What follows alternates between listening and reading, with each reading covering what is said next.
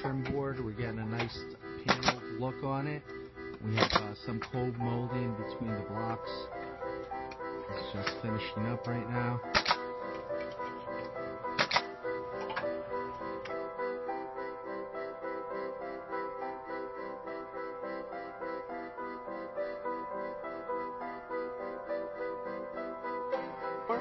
For your free consultation and estimate, or go to one of our websites.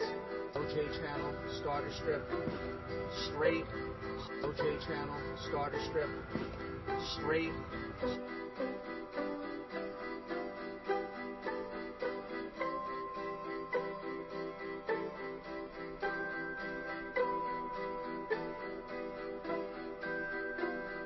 You can see the lumber. What we've done here, instead of putting a column on the bottom, You see, that's what you want. That's what you want with every course once you install it.